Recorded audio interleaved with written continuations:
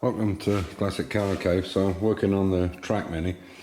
As you may or may not know, I've got two sets of racing plugs for this. These are the basic plugs that we get it running with, get it started with, because obviously being a high compression engine and a race engine, they get fouled up fairly quickly and they need plugs, very hot plugs. So once we've got it running, got it up to temperature, we take these standard plugs out and put in these racing plugs we have here. So I've got 8 plugs, and obviously they come with these sleeves on them which don't sit very well, and it's a bit of a faff taking them out all the time, putting them back in, especially when you've just used them and they're hot. So I was trying to think of a way of carrying these without constantly taking them out of the boxes, or just to kind of protect them. I thought about maybe using a piece of metal which I could thread and put them in, but what I was concerned about was the gapping, because once they're cleaned and they're gapped, you want to make sure that gap stays the same on the electrode there.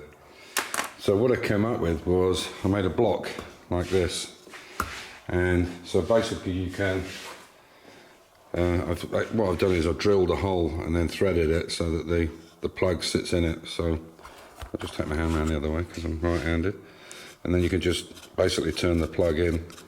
So even when it's finished and you've used it, you can put all the plugs in as you go. And basically, I'm just using I check the die and then the tap to see which would work, and you can see they're pretty firm in there. They're not going to come out. So I'm up to about here at the moment. And what I possibly might do is even make a case or a top for it where the top of the ceramic is held as well, even though they can't come out, so they can't get knocked over or whatever. And I'll obviously just paint it orange or whatever. But it's just a basic little idea to. So as I said, the electrodes the gapping doesn't get damaged. You can see there's lots of space there between there and the top. And it fits they fit in very, very easily. Now the wood could, in different conditions, obviously expand and contract, but it's wood, so it's not going to damage the metal thread, that's for sure.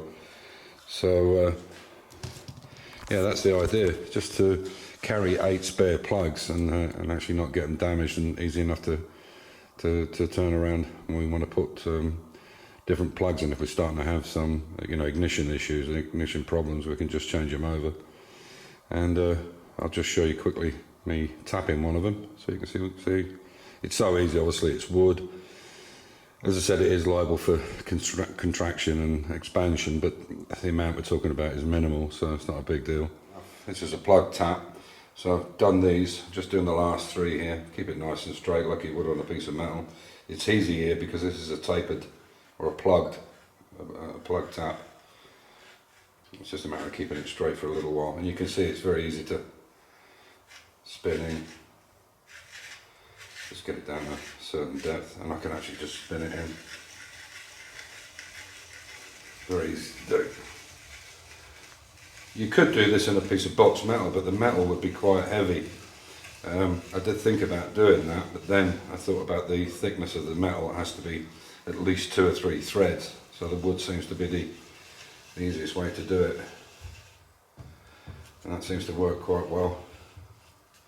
As I say, probably what I'll do now is I'll make a top for it as well, to protect the ceramics so they don't get smashed when we're going from circuit to circuit or from one place to another. And it's just a matter of just opening that up and taking the tap out.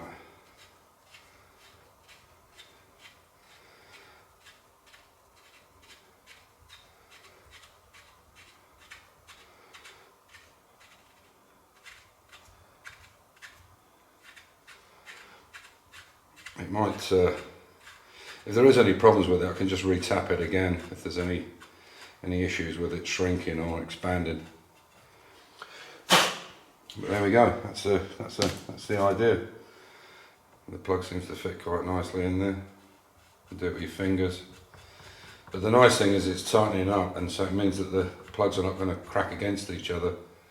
You can see. Well, this is what they look like when they're in. As I say, nice and solid. I've actually made 9 holes, so I've got the 8 racing plugs, and I'll keep a spare backup plug. The original idea I had was to get some old copper pipe that I got from the scrapyard and then thread it internally inside, which I did, and then use that as a cap so that again the electrode would not get damaged, and you could just basically screw it on like that. I'll put it on right. So you can see I can easily spin that in. One of the issues was holding the copper pipe. You can see how that is twisted on the end. And the other problem is although it would secure it, you end up with a bunch of these copper pipes, and they're very easy, being copper, they're going to easily get crushed. So I basically went from this plan onto this plan here. As I say, there's enough depth in there that it won't get damaged, and I could even put some kind of cap on the top to stop it falling over and hitting the ceramic parts. So there we go. So that's the idea. Simple, but I think it'll work. So on that note, stay safe, keep the faith, enjoy your hobby.